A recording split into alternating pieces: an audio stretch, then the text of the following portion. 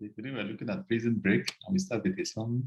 Paul and Silas, they prayed, they sang, the Holy Ghost came down. Prison Break can be very interesting.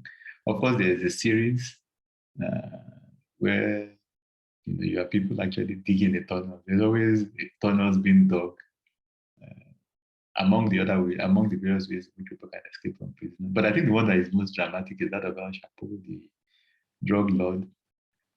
We just see him walking back and forth, disappears behind, a barrier, and then he's out of prison because, his cohorts had dug a tunnel all the way, and he goes back home, living his life until he was apprehended again. But of course, that was not his first time of escaping from prison. But there's also scripture that talks about prison escape.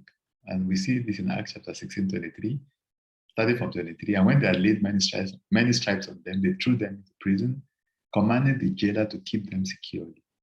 Having received such a charge, he put them into the inner prison and fastened their feet in the stocks. But at midnight, Paul and Silas were praying and singing hymns to God, and the prisoners were listening to them. Suddenly there was a great earthquake, so that the foundations of the prison were shaking, and immediately all the doors were opened, and everyone's chains were loosed. And the keeper of the prison, awaking from sleep and seeing the prison doors open, supposing the prisoners had fled, drew his sword and was about to kill himself. But Paul called out with a loud voice, saying, "Do yourself no harm, for we are all here."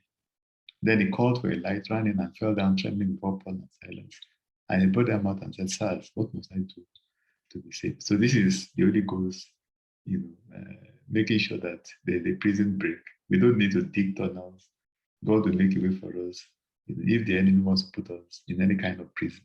But you can also be in a prison yourself. Maybe you are addicted to sin, drugs, and all kinds of other things that have kept you prisoner. It must be like the Philippian jailer by saying, what must I do to be saved? And this is what the podcast is about.